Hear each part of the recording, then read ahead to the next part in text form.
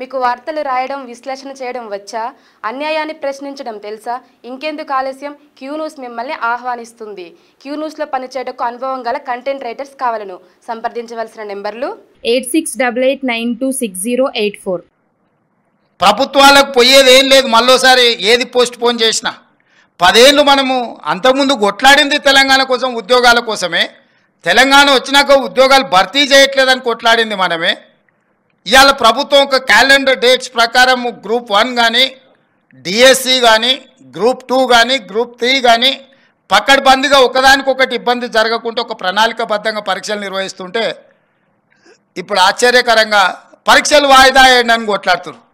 ఇంతకాలం 10 ఏళ్ళు మనం కొట్లాడింది పరీక్షలు పెట్టండి, పరీక్షలు పెడతారా లేదా, మేము ముదిరిపోతున్నాం, బెండకాయ ముదిరిపోయినా పిల్లగానికి వయసు మీద పడ్డ దేనికి పనికి రాకుండా పోతాడని ఇంతకాలం కొట్లాడి ఇప్పుడు అంటారు లేదు నువ్వు వాయిదా లేయని. డిఎస్సి నోటిఫికేషన్ 2 సంవత్సరాల కింద ఇచ్చిన నోటిఫికేషన్, 2 సంవత్సరాల నుంచి డిఎస్సి నోటిఫికేషన్ పరీక్షలు నిర్వహించకపోవడం వల్ల పిల్లలందరిలో అన్రెస్ట్ పేరుకుపోయింది. 2 ఏళ్ళ నుంచి వాళ్ళు డిఎస్సి కోసం ప్రిపేర్ అవుతున్నారు. ఇప్పుడు నేను డిఎస్సి ఫలానా డేట్ నాడు పెడతా అంటే లేదు మాకు చదువుకోవడానికి సమయం కావాలి, దాన్ని కూడా కొంచెం వాయిదా వేయండి అంటారు. అరే రామ, 10 ఏళ్ళు నోటిఫికేషన్ రాలేదన్నారు, 2 ఏళ్ళ కింద డిఎస్సి నోటిఫికేషన్ వచ్చింది, 2 ఏళ్ళ నుంచి వాయిదాలు పడుతూనే వచ్చింది. ఈ 2 ఏళ్ళలో పిల్లలు చదువుకోలేదా? మళ్ళీ ఇప్పుడు వాయిదా వేస్తే అదనంగా చదువుకునేది మేమేం సిలబస్ మార్చలేదే, పరీక్ష విధానాన్ని మార్చలేదే మీరు నేర్చుకోవడానికి. అంటే కేవలం కొన్ని రాజకీయ శక్తులు,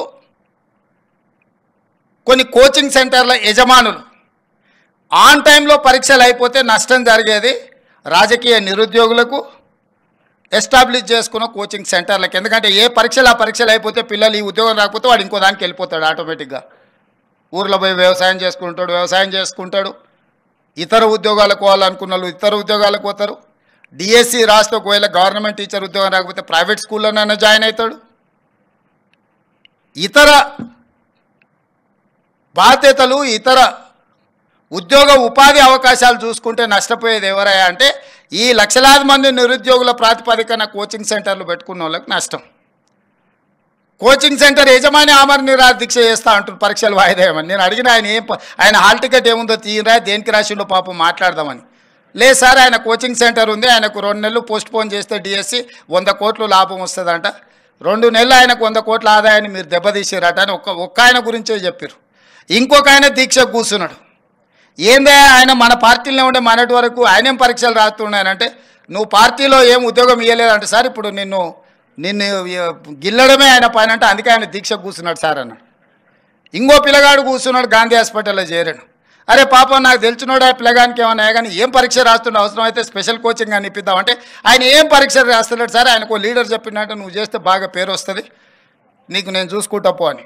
నిన్న మన 3 దీక్ష చేస్తే 3 గురించి వివరాలు తెప్పించినాను. ఆ 3లో ఏ ఒక్కడు కూడా ఏ పరీక్ష రాస్తలేడు. ఏ పరీక్షలు రాయనోడు, ఏ ఉద్యోగానికి పోటీ పడనోడు నిర్వహిస్తున్న పరీక్షల్ని వాయిదాలు వేయండి అని చెప్పి దీక్షలు చేస్తారు. ఇది ఒక విచిత్రమైన పరిస్థితి. క్యూ న్యూస్లో పనిచేయటకు సీనియర్ వీడియో ఎడిటర్స్ కావాలను. సంప్రదించవలసిన నెంబర్లు 8688926084.